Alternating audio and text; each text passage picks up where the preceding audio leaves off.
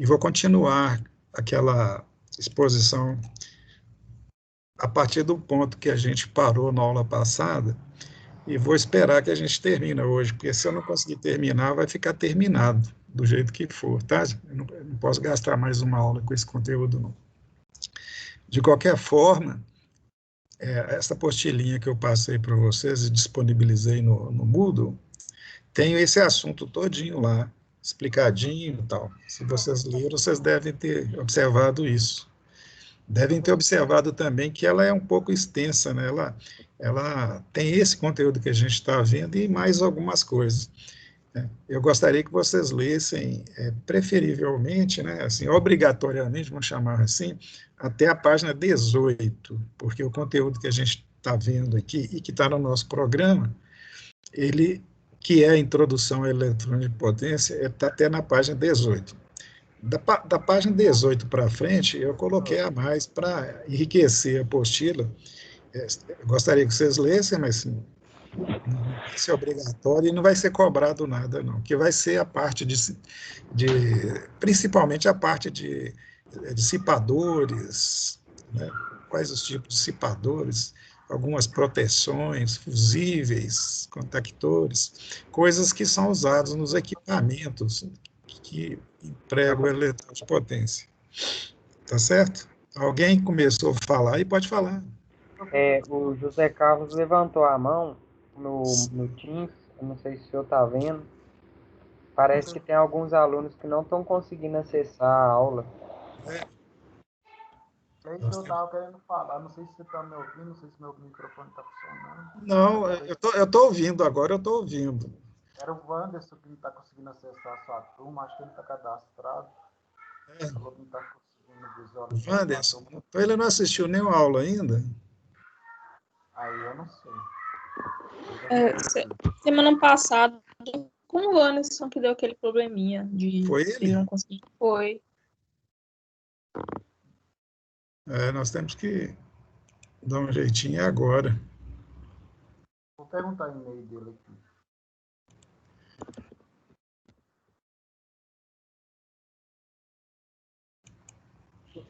Wanderson, vocês lembram do e-mail dele? Estou perguntando aqui para você. Sempre na aula passada nós tentamos colocar, eu pensei que tinha colocado, sabe? É com V, professor. Nossa, Wanderson. Vamos lá, vou digitar aqui, ó. Wanderson. Aqui, já está aqui, quando eu digito aparece, tá vendo? É isso mesmo, está como convidado, né? Não sei por quê. Ele deve estar com algum problema lá, que ele já está aqui, entendeu? Faz favor de dizer para ele aí que... Vou falar com ele aqui. Ele vê o que está acontecendo lá. Talvez esteja enferrujado lá o celular dele, o computador. Opa, vamos lá.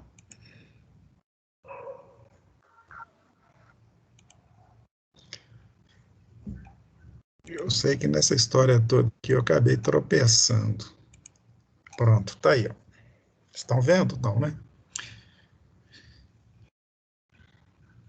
Ô, gente, eu não estou lendo, eu vou ver se eu consigo ler aqui, em paralelo aqui, o chat. Qualquer coisa eu te falo, professor. Tá, eu te agradeceria. Obrigado. Bem, gente, então, a gente estava falando sobre, genericamente, né, o que é eletrônica de potência, né, e continuando aí, né, onde que paramos, nós temos, que está lá na apostilinha também, essa tabelinha aí, ó, essa tabelinha, ela está mostrando, é um quadro, né, dos componentes usados na eletrônica de potência. Está tudo aí, ó. Tá certo? Se vocês deram uma lida lá, vocês vão só entrar em contato, né? Por exemplo, MOSFET, GBT, tal. Né? Essa tabela está dividida por quais os semicondutores específicos, né, da eletrônica de potência, que são esses aqui, MOSFET, GBT, tiristores, de de potência, etc. São muitos. E mais alguns ainda que a gente nem lembrou e tal. Os componentes passivos são os indutores, capacitores, resistores, transformadores, geralmente usado em isolamento, tipo transformador de impulso e tal. Resistor, né, está aqui, mas não é muito considerado como componente da eletrônica de potência, não. É exatamente porque ele tem um probleminha que ele dissipa energia. Em eletrônica de potência, é aconselhável usar componentes que não dissipam energia, porque a dissipação de energia no componente faz com que haja perda de energia. E um dos preceitos do eletrônica de potência é o alto rendimento, quer dizer, aplica-se uma quantidade de energia ao sistema e aquela energia é toda aproveitada para a função do sistema. Então, não pode haver perda. Então, o resistor é mais usado nos circuitos de comando, né, para exercer a ação dele lá na hora de controlar o tiristor. Mas aí são resistores de valores maiores, né, com correntes pequenas, mas no conversor propriamente dita não se usa resistores, ou procura não usar, tá? E a parte de refrigeração, que são os dissipadores, ventoinhas, etc., tá certo? Eu não vou falar mais sobre isso aqui, não, que são coisas que você já conhece, né? Eu vou dar um pulinho para frente aqui, ó, para a gente ganhar tempo. Deixa eu rodar o PowerPoint aqui, peraí. Deixa eu dar uma corrida aqui que eu chego lá mais rápido. Eu devia ter, já está passando isso, de bobeira aqui, mas acho que eu estou meio fora da linha hoje, vocês desculpem, tá, gente? Comecei a fazer errado, tem que ir até o final. Esse aqui, ó, tá aqui. Peraí. Nós falamos o tempo todo que a eletrônica de potência trata principalmente do estudo dos conversores, né? Então, vamos falar um pouco da conversão de energia para depois falar dos conversores utilizados no processo. A primeira questão é essa aí, ó. Por que não? Lá na eletrônica de potência, a gente usa principalmente o que a gente chama de conversores chaveados, ou fontes chaveadas. E a grande pergunta é por que a gente utiliza conversores chaveados e não os conversores tradicionais chamados de lineares ou analógicos. A questão está aí, ó. Eu gosto de dar esse exemplo, que é um exemplo assim, elementar do que não se deve fazer, e é feito, mas não se deve fazer. Por exemplo, nós temos aqui uma fonte de energia, pode ser alternada e contínua, uma carga, a fonte genérica, a carga também eu estou representando a fonte genérica aqui por uma lâmpada, e um elemento resistivo variável. Você vai entender que esse elemento resistivo variável, que no caso aqui é um reostato, está representando um conversor analógico, né? Isto é um dispositivo não chaveado que controla a sua resistência elétrica, geralmente de uma forma eletrônica, né? E como esse aqui é só um exemplo, é só uma analogia, eu achei melhor fazer isso aqui, porque não vou entrar no mérito de um circuito eletrônico que faz a conversão, porque eu quero mostrar o porquê é problemático usar esse tipo de conversor, ou porquê é mais adequado usar os chaveados. Daqui a pouco eu falo mais sobre o chaveado. Então, veja bem, se eu quiser controlar a potência fornecida à carga, já que a corrente ela vai passar por um reostato, né? Você sabe o que é reostato, né, gente? É um resistor de potência variável. Então, aqui, ó, nessa parte aqui, eu tenho um fio enrolado, né? E esse elemento aqui do meio, ele entra em contato com ele. Então, quando eu mudo isso aqui de posição, eu vou variar a resistência entre ele, o ponto onde ele está, e essa parte. Então, eu vou variar a resistência que está no circuito, cara, porque a corrente passa por ele e essa parte aqui do resistor que é variável. Então, quando eu vario essa resistência, eu vou variar a corrente e, portanto, o brilho da lâmpada, ou a potência fornecida a ela. Os conversores não chaveados fazem isso. Ou pode ser um próprio reostato, um potenciômetro, ou um circuito transistorizado, por exemplo, você ajusta a corrente de base para ajustar a corrente de coletor. No fundo, você está ajustando uma resistência, entendeu? Uma resistência não linear eletrônica, né? Qual que é o inconveniente? O inconveniente é assim, suponha que esse reostato, ou seu conversor, está ajustado para que fique metade do valor da sua da sua resistência. Ou, quando ele é ajustado, a fonte de tensão aplica a metade da resistência na lâmpada. Metade da tensão na lâmpada, desculpe. Vamos dizer que você quer aplicar metade da tensão para produzir uma potência proporcional a essa tensão que você ligou lá. Tá certo? Você quer que a lâmpada vai acender com certo brilho, ou a carga vai ter uma certa performance, e você quer que essa performance seja proporcional ou decorrente da metade da tensão. Como a corrente vai passar pelo elemento resistivo, quando a metade da tensão estiver na lâmpada, na carga, a outra metade está no elemento aqui. Como a corrente é a mesma nos dois, a potência que vai ser desenvolvida na lâmpada ou na carga genérica é a mesma que vai ser desenvolvida ou dissipada no rheostato. Então, se você está aplicando tantos watts na carga para fazer o trabalho dela, você vai jogar fora a outra metade. Entendeu? Além de outros fatos, né, que são técnicos também, que é controlabilidade, mas em termos de potência, que é uma coisa importante, né, rendimento em termos de potência é uma coisa importante, então esse sistema aqui não é aconselhável. Muita gente faz isso, né, ajusta, coloca um potenciômetro de potência um pouquinho maior, ajusta para variar uma lâmpadazinha no circuito. Né? Não, pode fazer se quiser, mas fique sabendo que vai jogar muita potência fora. Imagina, por exemplo, se você colocar o rheostato de tal forma que a tensão na lâmpada seja 20%. 20% está na lâmpada, 80% está no rheostato. Você está jogando mais coisa fora do que está aplicando. Certo? Então, esse tipo de conversor não é recomendado em função do seu baixo rendimento, principalmente devido ao baixo rendimento. Agora, vamos vou cortar esse exercício, tá, gente? Quando vocês lerem lá o texto, lá vocês vão ver o mesmo exercício resolvido. Está lá resolvido, exercício de circuito elétrico, então vocês não terão dificuldade nenhuma de entender. Aqui, ó, isso aqui é um conversor chaveado. Quer dizer, é o básico do básico quando você fala num conversor chaveado.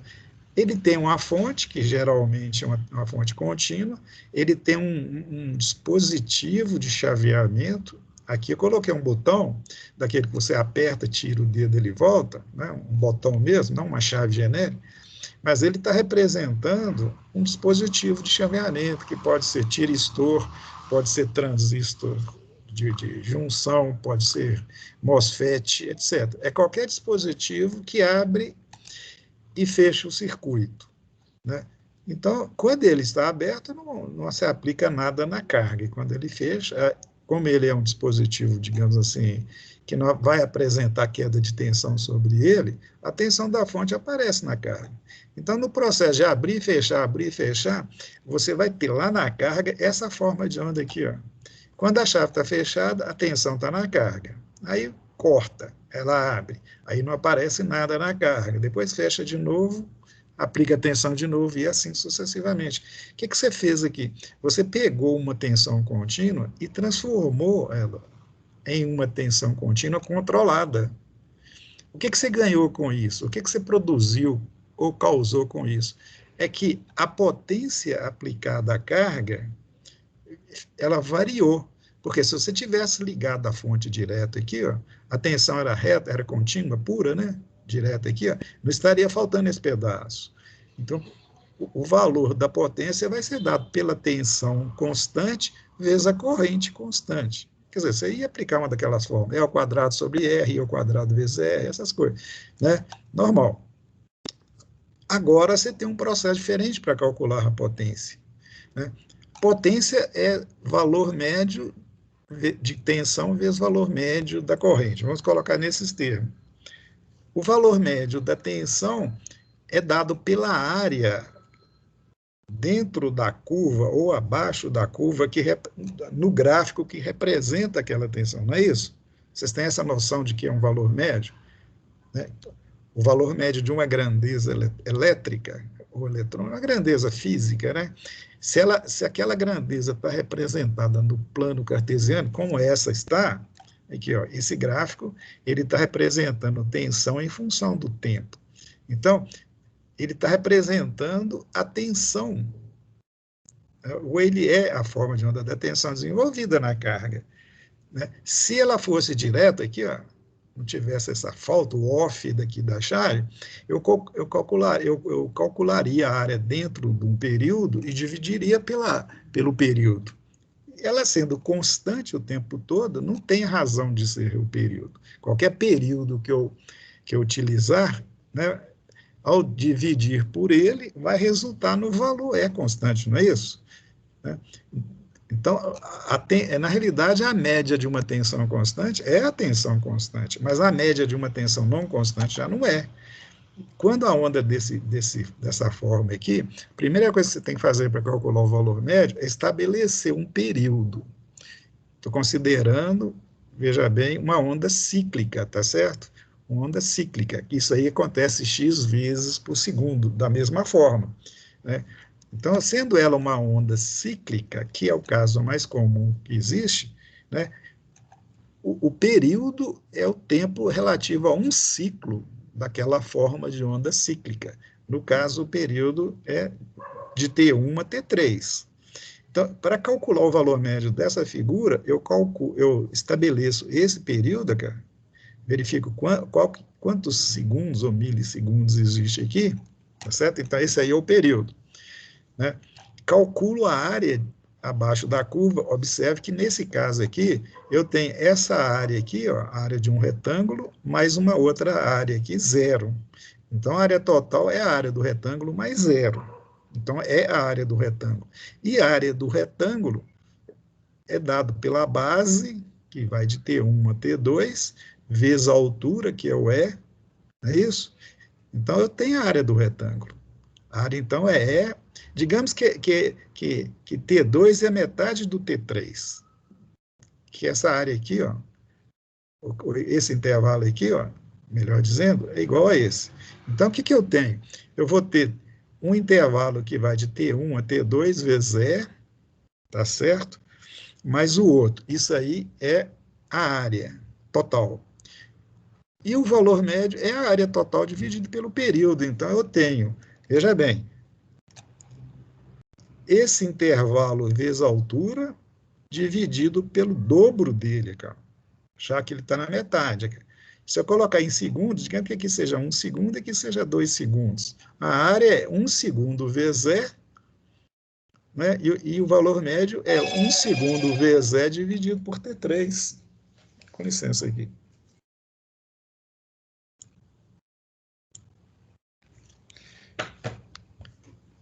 Estão entendendo? Estão acompanhando o raciocínio? Então, gente, então, se eu, por exemplo, colocar um voltímetro aqui, ó, nessa situação, e essa fonte, por exemplo, for de 12 volts, o voltímetro vai marcar 6 volts. Por quê? Porque o voltímetro mede valor médio. E a área é a metade da área total que existiria se a onda fosse contínua o tempo todo. Como não é, né? E ela é a metade só, a área é a metade, então o valor médio é a metade também. Agora, suponha que, através do comando aqui, ó, eu antecipo esse T2 aqui, eu coloco cá na frente, aqui onde a seta está. O que vai acontecer? A área vai diminuir, mas o período continua o mesmo. Se a área diminui e o período fica o mesmo, o valor médio também diminuiu, na proporção. Por outro lado, se eu atraso o T2 atrasando o comando aqui, ó, e vem para cá, por exemplo, onde está a seta, a área fica maior, mas o período continua o mesmo.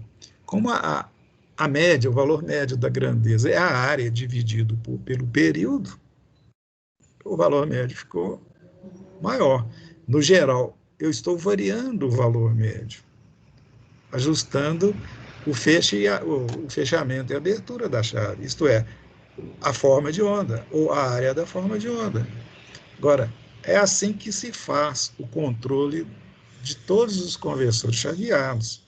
Então, todos os conversores trabalham com esse princípio de funcionamento, com algum refinamento ou não. Agora, a vantagem disso em relação ao outro processo que eu mostrei antes é que, quando a chave está fechada, você está aplicando energia. Quando a chave está aberta, você não está aplicando. Entendeu? Então, a potência utilizada, que é proporcional ao valor médio, é a potência entregue. Por quê? Porque ela é dada por essa área aqui também. Se você pegar a corrente que vai passar pela carga, ela tem a mesma forma de onda de tensão, portanto, a potência também tem a mesma forma, porque potência é valor instantâneo de tensão vezes valor instantâneo de corrente, então a área de potência é a mesma. Então, quando eu estou controlando a tensão dessa forma, eu estou controlando a potência também, tá certo?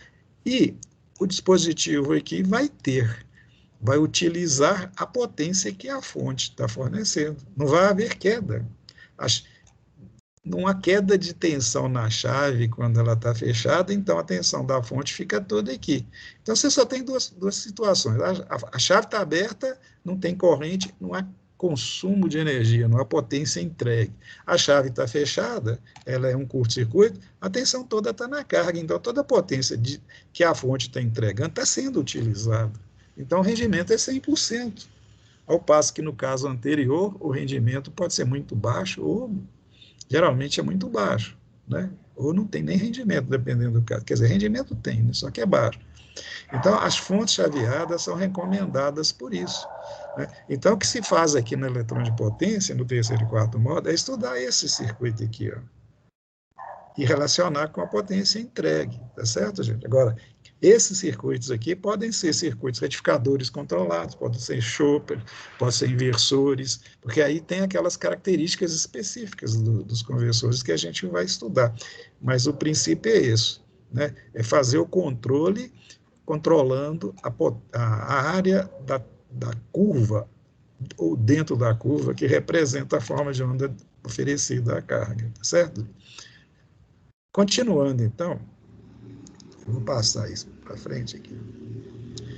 Bem, então é isso, né? Então, o conversor faz isso. Agora, quais os tipos de conversores que existem?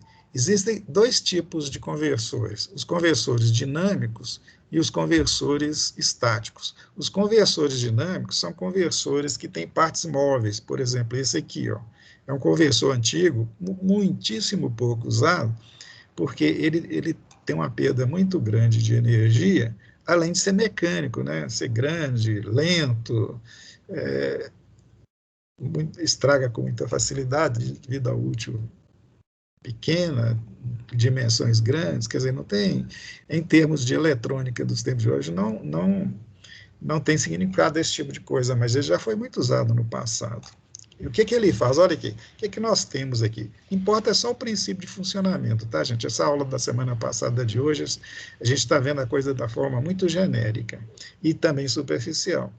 Veja bem, nós temos aqui um motor CA, no caso é um motor trifásico, e aqui tem um gerador CC, tá certo? Quando você liga uma tensão no motor, você está aplicando energia ao motor, ele gira, obviamente. Como ele está acoplado, o eixo dele está acoplado ao eixo do gerador, ele faz o gerador girar com a mesma velocidade dele.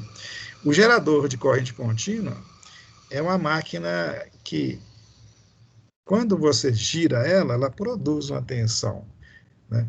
E essa tensão ela vai ser obtida nesses dois terminais e aplicada lá num circuito qualquer. Então, o que você está fazendo? Você está aplicando a uma carga, né, ligada aqui, ó, uma tensão que depende da velocidade do gerador, que depende da tensão que você ligou ao motor. A conversão que existe aqui, ó, é de uma tensão trifásica alternada, quer dizer, tensão trifásica alternada é pleonasmo, né? Tem jeito de ter uma tensão trifásica que não seja alternada. Então, a tensão alternada em uma tensão contínua, tá certo? É isso que é esse que é o princípio de um conversor dinâmico. Obviamente, se você pode fazer outros passos aqui de conversão se você quiser, mas esse aqui é o básico, né? Você gera uma tensão contínua de valor variável, se a tensão trifásica você liga à requia, também é de valor variável, porque aí a velocidade do conversor é variável. Tá certo? Então, esse é um tipo de conversor, chamado de conversor dinâmico. O estático, que é o usado no eletrão de potência, ele é representado por esse diagrama em blocos aqui, ó. Ele é isso que está aqui, ó. Esse aqui é basicamente o conversor. Ele é constituído por topologias que utilizam os interruptores estáticos, né? Por exemplo, tiristores, diodos, transistores, etc., né? E o que ele faz? Ele parte de uma tensão de entrada, que eu estou chamando de fonte de energia, né? Faz o tratamento dela e aplica a carga. E é controlado utilizando elementos eletrônicos, né, microprocessados ou não, né, e associados a um programa que vai fazer isso. Né? Então, isso aqui também é de uma maneira muito genérica, né? Mas é tudo na base de semicondutor, tá certo? Tudo na base de se considerar o máximo rendimento possível. Então, o que é um conversor estático? É um conversor constituído por semicondutores, ele não tem partes móveis, e esses conversores, esses chaveadores, né, semicondutores, eles funcionam segundo uma tipologia e necessita do seu controle ou circuito de comando. E o processo final é transformar uma tensão, que pode ser a corrente alternada ou contínua, numa tensão que pode ser alternada e uma contínua, e eu vou estar variando aquele abrir e fechar o circuito que eu mostrei lá atrás. E, portanto, são fontes chaveadas. Aqui está um exemplo de uma fonte chaveada simples, né, pequena, de baixa potência, que você pode observar aqui os elementos de chaveamento e aqui o circuito de comando dela e de controle. Continuando a seguir aqui. Com relação à classificação dos conversores, especificamente os estáticos, né, não vou falar mais de conversor dinâmico aqui, nós temos 4 casos. Né? Como tem entrada e saída, 2 situações, só tem como ter 4 casos, né, que é 2 ao quadrado. Né? O retificador, que é aquele conversor que transforma CA em CC, ele é representado dessa forma. Esse aqui é o símbolo de um retificador. Ele transforma uma tensão alternada em uma tensão contínua. Quando o conversor ele faz o contrário, isto é, ele transforma contínua em alternada, ele é chamado de inversor. Não é isso? E se ele transforma contínua em contínua, é chopper. Né? Ele tem uma tensão contínua, digamos, de uma bateria, e transforma numa contínua, mas variando o valor médio, né? Trabalhando naquele tipo de chaveamento. A chave fica um tanto aberta, um tanto fechada, você controla isso e tal. Vocês vão estudar isso no quarto. O inversor e o chopper no quarto módulo, e esse retificador aqui no terceiro. O outro caso é quando você transforma CA em CA. Né? Transformar CA em CA, obviamente, tem 2 finalidades, né? Já que tem CA e vai ter uma onda na saída de mesmo formato, qual que é a finalidade de fazer isso? 2.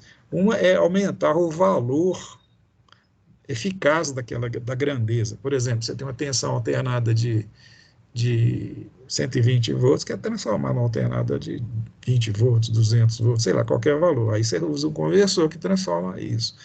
Ou então você quer variar a frequência. Né? O ajuste de frequência é muito usado na hora que você quer controlar a velocidade de um motor de indução. Certo? Então, você transforma CA em CA.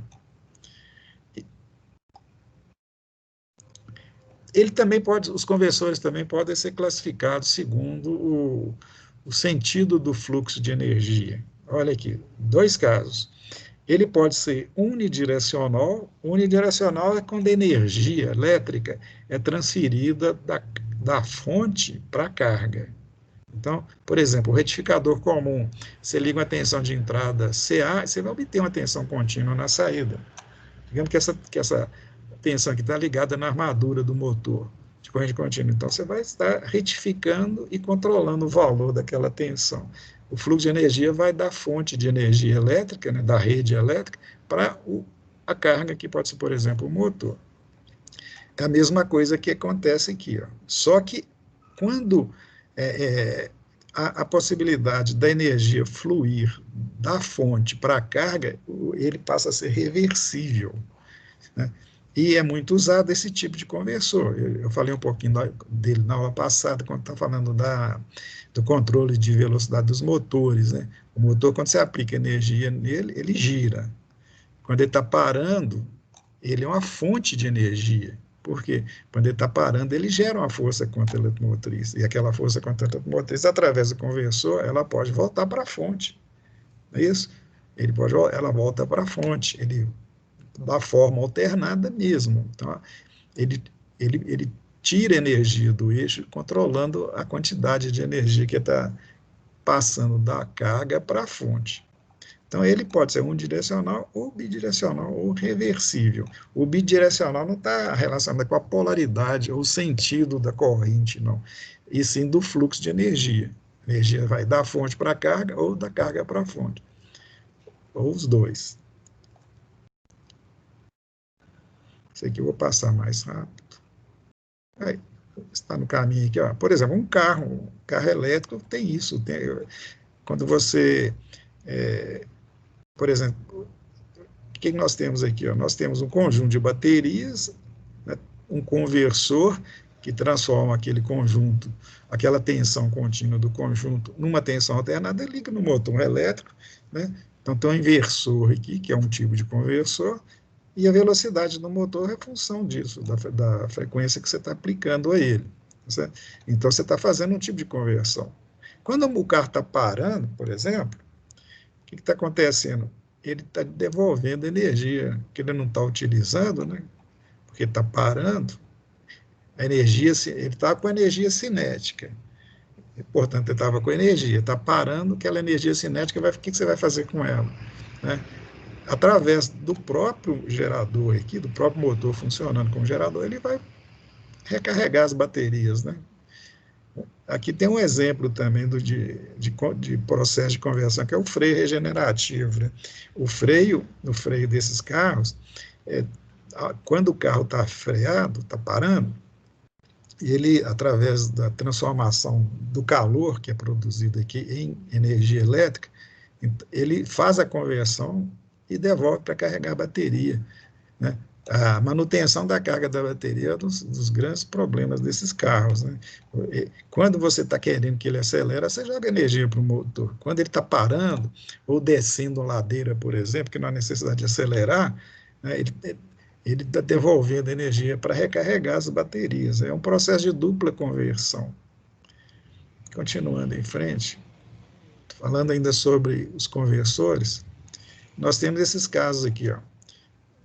Vocês estão vendo que já está na letra D da classificação. Né? Ele pode ser classificado de várias formas. Né? Por exemplo, conversores de frequência de linha, são os que utilizam a rede elétrica. Né?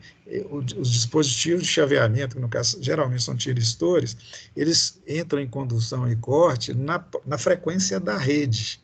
Né? Então, é chamado de conversores de frequências ou comutados pela rede. Então, os retificadores controlados, por exemplo, são conversores de frequência de rede ou conversores de frequência de linha. Ele só trabalha com aquela frequência, que no caso é 60 Hz. Agora, tem os conversores de alta frequência, por exemplo, o Chopper, os inversores, eles têm frequências que não têm relacionamento nenhuma com a frequência da rede. Eles têm sua frequência própria, né, estabelecida pelos elementos de comando. Eles são chamados, são os conversores de alta frequência. Aí são frequências altas, né, 100 Hz, 200, 5 kHz, 10 kHz. Por que isso? Com frequências altas, você consegue elementos reativos de menores dimensões. Quanto ao processo de bloqueio, é uma outra conversão, quer dizer, existem conversores de comutação natural e conversores de comutação forçada. A comutação natural é quando você não interfere indiretamente no corte do componente. Por exemplo, se o componente é um tiristor, ele corta naturalmente. Não sei se o professor falou no laboratório, mas os tiristores eles são autotravados. Quando você produz o disparo deles, eles travam, tipo um relé com contato de selo, eles ficam travados. Né? E você tem que aplicar uma ação de comando para ele destravar. Né? E quando você faz isso, é chamado de comutação forçada. Quando isso acontece naturalmente no circuito, por exemplo, em corrente alternada, é chamado de comutação natural. Então, tem conversores de comutação forçada ou de comutação natural. Isso vai depender do tipo de ação que faz o dispositivo travado ou destravar. É uma classificação também. Bem, gente, o tempo passa tão rápido. Né? Vou passar correndo isso aqui, ó. Com relação ao princípio de conversão que nos leva a definir a topologia. Por exemplo, o que é um retificador? Aqui está o exemplo de um retificador, que vocês já estudaram muito aí no curso de vocês. O que ele faz? Ele transforma a tensão alternada em uma contínua. Então, ele tem um dispositivo aqui, ó, por exemplo, um diodo, né, que só vai deixar passar corrente no semiciclo positivo. Se for um tiristor, que é o caso desse exemplo aqui, ó, ele vai deixar passar corrente somente no ciclo positivo, mas a partir de um certo instante. Durante o semiciclo negativo não passa nada, ele não conduz, polarizado ao contrário. E polarizado diretamente, ele só conduz quando você mandar um pulso no gatilho dele para ele disparar. Então, olha a consequência aqui, ó. Aqui nós temos, por exemplo, de 0 graus até esse ponto aqui, ó, a corrente é zero, não tem tensão na carga. Aqui você aciona ele, manda um pulso para ele, aí ele entra em condução. O que acontece? A chave fecha e a tensão passa. Então, passa a partir daquela hora. Como naquela hora, por exemplo, estava no pico do positivo, né, a tensão que era zero sobe instantaneamente para esse valor e passa a acompanhar a senoide da rede de corrente alterada. Quando chega nesse ponto que eu pus a setinha aqui, ó, o componente fica polarizado ao contrário, ele entra em corte, fica cortado até entrar em condição de novo, que foi de novo lá no terceiro semiciclo, né? E assim sucessivamente. Qual que é o resultado? A área abaixo da curva fica controlada. A área dentro de um período, né, considerando que o período vai de 0 a 2π, é só essa areazinha aqui. Ó. Então, calculando essa areazinha, ou estabelecendo o valor dela e dividindo pelo período, eu tenho um valor médio. Se o disparo do tiristor, quer dizer, a hora que ele entrou em condução, tivesse acontecido em zero, por exemplo, se no lugar do tiristor fosse um diodo, que iria começar logo no iniciozinho, a área seria um semiciclo todo. O negativo não vai aparecer, mas seria o dobro da área. Então, eu estaria aplicando um valor médio equivalente ao dobro. E controlando a hora que ele entra em condução, eu vou estar controlando a área e, portanto, o valor médio. Então, os retificadores que a gente estuda são os retificadores controlados e o controle é feito controlando a hora que ele inicia a sua condução. De uma maneira geral, também a hora que ele corta, tá? Aqui no exemplo, é um exemplo muito genérico, o corte vai acontecer sempre 180 graus, mas os conversores que usam cargas indutivas, que são os mais comuns, ele conduz depois de π, né, depois de 180 graus, mas esse é um detalhe que a gente vai mostrar depois. Eu estou só generalizando aqui. O outro tipo de conversor é o chopper, é aquele da fonte chaveada, né? Você tem uma tensão contínua, abre e fecha essa chave aqui, ó, x vezes por segundo, você passa a ter essa onda aqui. Né? Então, a relação entre o tempo, entre dois fechamentos, quer dizer, ele fechou aqui de novo. O período é o intervalo entre dois fechamentos. Né? Isso é o período da onda. E esse período é dividido no período on e o período off. O período on é a hora que a chave é aberta, então ela fica um tempo aberta, aqui ela volta a fechar e assim sucessivamente. Então, controlando a área em cada período, eu vou controlar o valor médio também. Então, o Chopper faz isso. Ele pega uma tensão contínua e gera uma tensão contínua. Só que essa tensão contínua tem valor médio variável. Chopper, em inglês, significa retalhar. Eu pego uma onda e retalho, ela fica retalhada, fica tirando pedaços da onda. Tá certo? O outro tipo de conversor é esse aí, ó, é o inversor. Através de uma tensão contínua, isso é um tipo, tá, gente? Através de uma tensão contínua, você passa a ter uma tensão alternada. Isso aqui é uma tensão alternada. Você vai falar, mas uma tensão alternada quadrada. Sim, se você joga isso num filtro, você passa a ter uma onda alternada senoidal, tá? Isso é uma outra questão que você vai estudar lá no quarto módulo, a ação dos filtros nos inversores. Então, como é que ela funciona? O seu comando, observe o seguinte, ela tem 4 dispositivos de chaveamento, por exemplo, 4 MOSFETs, por exemplo, e cada um tem seu comando específico. Né? Nesse intervalo aqui, de T1 a T2, Para aparecer essa polaridade na carga, por exemplo, aqui, ó, a esquerda ficar positiva em relação ao outro lado, eu tenho que fechar S1 e S4.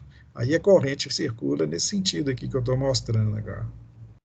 Aqui fica positivo, o positivo vem para cá via S1 e o negativo para o outro lado via S4. Aí aparece essa tensão aqui, ó. Num dado momento, essas duas chaves são abertas e na mesma hora as outras duas são fechadas. Seu comando se incumbe de fazer isso. Então, você fecha essa e essa. O que acontece agora? O positivo é colocado no lado direito e o negativo no lado esquerdo. Toda vez que duas chaves estiverem fechadas, a tensão da fonte aparece na carga. Ou ela é positiva ou ela é negativa. Nesse segundo caso aqui, ó, vindo por S3 e por S2, ela é negativa. Aqui volta a situação inicial e assim sucessivamente. Então, você gera, utilizando dispositivo de chaveamento, né, uma onda quadrada, e controla também o quê? As características da onda, tá certo? No caso, é importante controlar a frequência. Então, a velocidade que você imprime ao sistema, quer dizer, o período ON de duas chaves, o período ON das outras duas, né? Ou a soma dos dois dá o período total e o inverso da frequência. Então, a frequência é controlada dessa forma. Você passa a ter, então, uma tensão alternada com a frequência que você quiser, pequena, alta, média, à vontade, depende do seu comando e dos seus dispositivos usados aí. Isso é só o princípio de funcionamento. O outro tipo é o ciclo conversor e gradador. O ciclo conversor, o que é? É um transformador, é um conversor que transforma CA em CA. Para transformar CA em CA, nesse caso aqui, ó, você tem que fechar a chave nessas situações aqui. Por exemplo, de 0 a 180 graus, você fecha S1 e S4, S1 e S4. A corrente vai passar aqui, ó. Observe que está o tempo todo a chave fechada, mas pode ser controlada também. Mas no exemplo aqui está fechado, as duas ficam fechadas a 180 graus. Logo, assim que passa do 180 e até 360, quem vai fechar é S2 e S3, isso é S2 e S3, quer dizer, S2 está aqui e S3, quer dizer, como está no semiciclo negativo da tensão da rede aqui, ó, a corrente vai vir por aqui, ó, né? Veja bem, aqui embaixo está positivo. Então, o positivo vem para cá e o negativo vem para cá. No outro caso, estava a mesma coisa aqui, ó. De 0 a π, o positivo veio para cá e o negativo veio para cá. Quer dizer, na realidade, eu fiz tipo assim, naquele intervalo, tipo um retificador, né? E coloquei aqui, ó, na carga, uma tensão senoidal positiva. Depois, fechando nessas outras sequências aqui, ó, eu faço a mesma coisa, só que eu vou colocar na carga tensão negativa.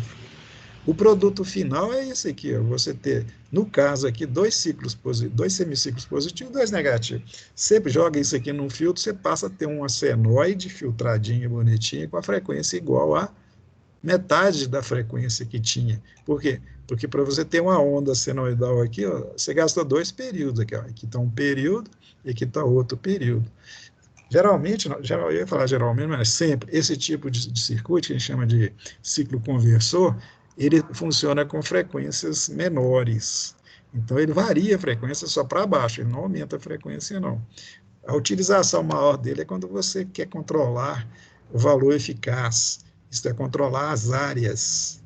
Né? Como é que você controla as áreas? Controlando a hora que você fecha a chave. Que aqui, no exemplo, eu fechei em 0, fechei em 180 e assim sucessivamente. Mas eu poderia fechar nesse ponto aqui, ó, 90 graus, 270 graus. Aí eu teria metade da área aqui, a metade aqui. Eu posso muito bem controlar a área aqui à vontade, portanto, o valor eficaz à vontade. Aí você pergunta, e o valor médio? Não controla, não. O valor médio não controla. Por quê?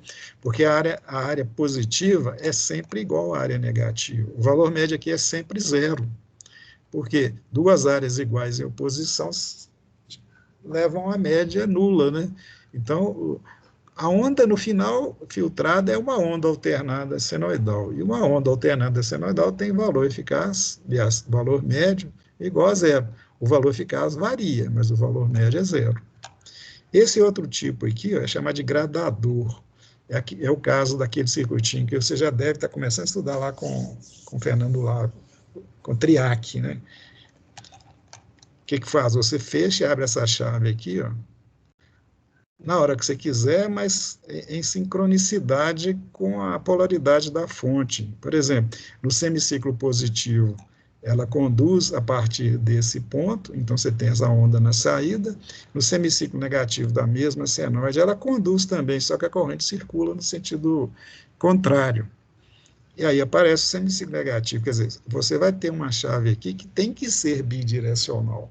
Ela tem que conduzir, ela tem que ter todas as características das chaves eletrônicas, né? Só que tem que ser bidirecional. Ela conduz a partir da hora que você quer, que você estabelece, mas é bidirecional. Então você passa a ter uma onda com esse formato aqui, ó. Você está controlando o quê? Que também o valor eficaz. O valor médio é nulo, porque o semiciclo positivo é igual ao negativo.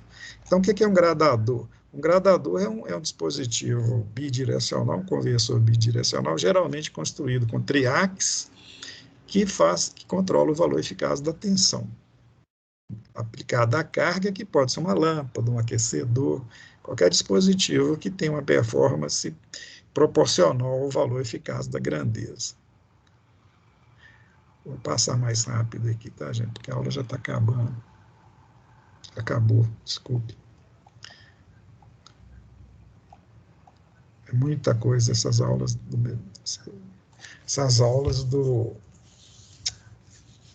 do remoto, elas são pequenas demais. Bem, gente, já acabou a aula, né? Vocês são bastante elegantes, né, de não dizer para mim que tem aula com o Rodrigo, né? Então, eu vou encerrar por respeito. Tá certo? Tranquilo. Ô, gente, agora o assunto, é claro que se eu for ficar falando disso, eu vou ficar horas falando, né? Então, o que eu peço a vocês, assim, decididamente, que leia a apostila, pelo menos até a página 18, que tudo que eu falei, mais uns que eu pulei, né, mais detalhes do que eu falei, estão lá, certo? E tudo que eu falei, mesmo as que eu não falei, no transcorrer do semestre, a gente vai estar sempre voltando a falar. O que nós fizemos aqui na última semana e hoje é uma introdução, né? É uma palavra assim, introdutória eletrônica de potência, tá certo? Eu não me sinto à vontade de cortar o assunto, mas eu não estou tendo outra maneira. E falar mais rápido do que eu falei também, acho que não seria bom. Mas a apostila vai suprir a lacuna que está acontecendo. Se vocês, ao ler a apostila, ainda tiverem dúvidas, é só perguntar para uma aula. Larissa, você falou uma coisa lá, tá? Não entendi bem, você podia explicar? Eu terei prazer de explicar, tá certo? Na semana que vem, nós vamos começar a falar sobre os certificadores. Eu vou soltar uma apostilinha para vocês amanhã, e vou marcar não, eu peço a vocês para lerem até onde vocês puderem. Pelo menos umas 10, 15 páginas iniciais dela, eu pediria para vocês lerem, para já vir, assim, mais ou menos preparado para o assunto, para eu poder falar mais rápido. Tá certo? Mas agora o que a gente vai fazer daqui para frente é analisar circuito e efetuar cálculos até o final do semestre, tá? Essa parte, assim, de muito blá, blá, blá, era só nessas 2 aulas que nós tivemos, beleza? Beleza, professor. Obrigado. Eu que agradeço a vocês, tá? Desejo a vocês lá uma bola com o Rodrigo. E essa aula que eu